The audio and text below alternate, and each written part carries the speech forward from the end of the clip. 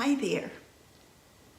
I'm Deborah Bedwell. I'm a potter, and for many years I have been involved with Baltimore Clay Works. Today I'm going to show you how I make a handmade porcelain tile, and it is part one of two-part video, which is making and decorating a tile that you're getting ready for the kiln.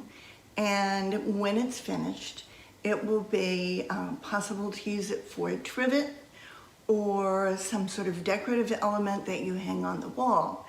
So I have a tile, one of mine, and I'll show it to you. That's where we're going.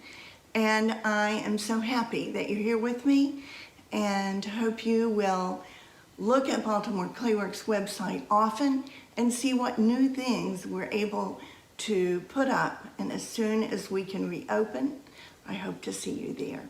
Thanks so much. Here we are at an ordinary tabletop. On the tabletop, I have a piece of drywall, but it can be any kind of a board. I have some well-wedged clay. This is number 130, standard number 130 porcelain. I'm going to make a template and I'll demonstrate that in a sec. But I've got rolling pin or a dowel rod. It can even be a wine bottle. And some guides. These are just pieces of wood that are 1/2 inch thick. They can even be paint sticks that you glue together, that you get from Lowe's, or you have some around the house. We need the guides and we need a cutting tool, which I use a pizza cutter. You can use a knife, but you have to be careful not to pull the corner of the tile. And then I use the same board to dry the tile, move it to the top, and then to finish the surface, I'll use the soft rubber rib, a sponge, and some water. To make the 6-inch tile, which will look like this when you're finished, and on the back I've affixed a sawtooth hanger and some rubber bumpers.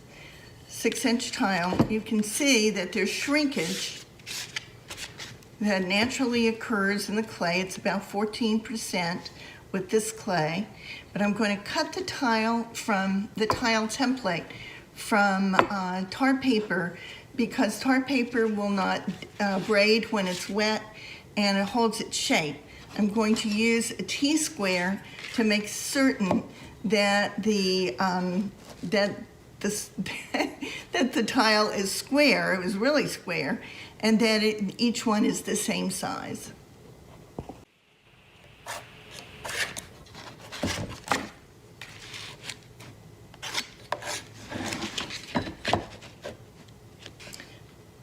Now I'm just showing you how to use this Tsquare. I've already marked it off, and then I'm going to cut it. A pair of scissors.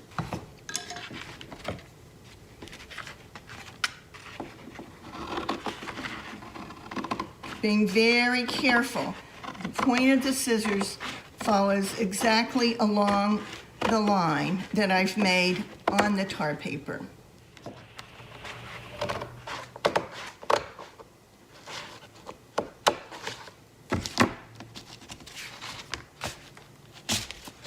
Just right. And now I'm going to take the clay that I have and I'm going to fling out a slab. I've pounded the clay into a rough square shape, but you can see that it's unevenly thick. But to make the slab, I actually fling it, and the motion is to follow through with your hands. Here is where all of those good tools come in, and these you can find around the house. If you don't have tar paper, you can use an old manila folder or any kind of fairly thick paper. But you see, when you put your guides up here,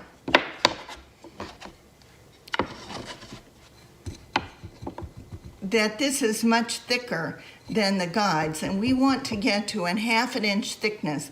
And so we are going to roll that clay using the guides on the ends of your dowel rod or your rolling pin. So I've flipped the slab over, rotated it 90 degrees, so that we're certain that we have a nice even piece of clay, evenly thick.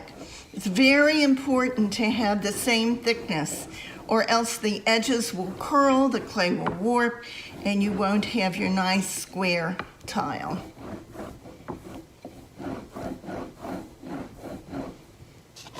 See, we have plenty of clay for our tile. The last thing I'm going to do here is actually roll the template into the clay so that we are certain to get the right size. Now I'll cut with my pizza cutter, and it's simple. You just roll right along. It's nice if you also can use your guides. It's a little bit of a hard edge to help with your pizza cutter if you want to do that. Or you can just use your eye and hold your pizza cutter at 90 degrees to the clay. And you see what a nice even thickness that we have and how it's not pulled down. That's the pizza cutter at work. Again, if you choose to do it, you can use your guide. See if I can get it here so that you can see as well that your guide is right against that piece of tar paper, and the blade of the pizza cutter goes right in there. And I'm pressing up against the guide, whoops, to get a nice even cut.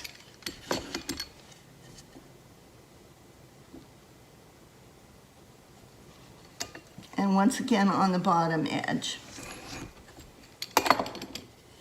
You just take away the margins. See how nice? Just perfect. This is a critical part.